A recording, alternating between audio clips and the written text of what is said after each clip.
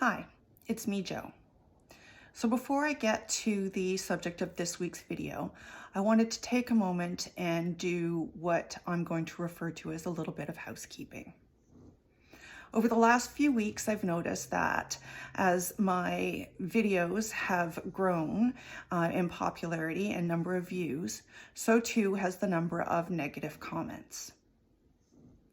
Now, I'm not adverse to constructive criticism. I will use constructive criticism to better myself and change or include something that maybe I've been missing. What I will not tolerate is negative, hateful comments of any kind. In fact, it breaks my heart to think that there are people out there who find pleasure in posting hateful comments on a video that is designed to help or embrace people who have gone through severe sexual trauma. It breaks my heart that this is where you find joy. I want to tell you that at a minimum, your comments will be deleted. But here in Canada, we have specific laws against hate crime, and I am happy to hand over anything I think falls into that category over to law enforcement. So to all the cyber bullies and trolls out there, this is my advice to you. Step away from whatever computer device you are currently sitting in front of.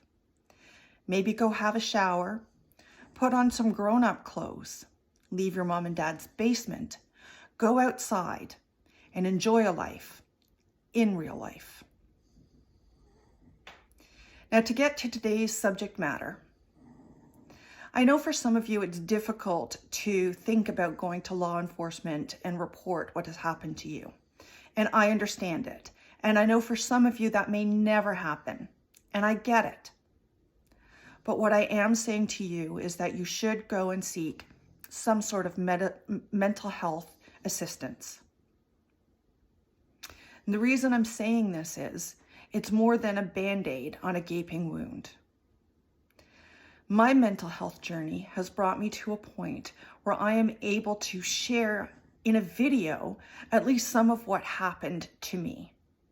And this is a point I never thought I would reach. When I started this path, I was ashamed to tell even my closest friends. I didn't want people to look at me any differently or to feel bad for me.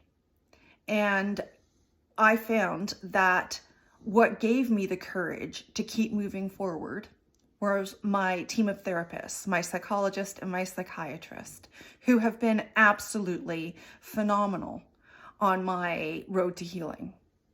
I am nowhere near where I need to be, but I'm certainly on the right path.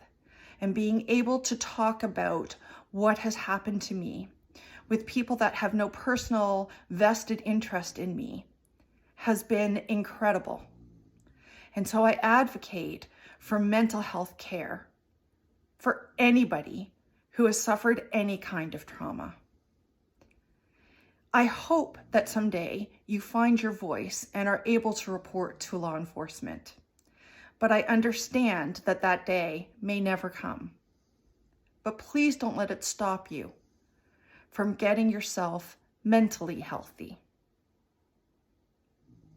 And finally, I still haven't found that public face or voice, and so I'm making the plea again.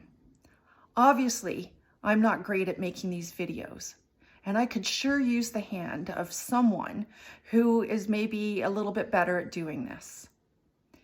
I know that the Canadian Armed Forces is not the only organization that has faced public scrutiny because of sexual trauma. I know that RCMP, Hockey Canada, Boy Scouts Canada, the Canadian fashion industry, the Canadian film and television industry, you name it, have all been affected by this epidemic of sexual assault.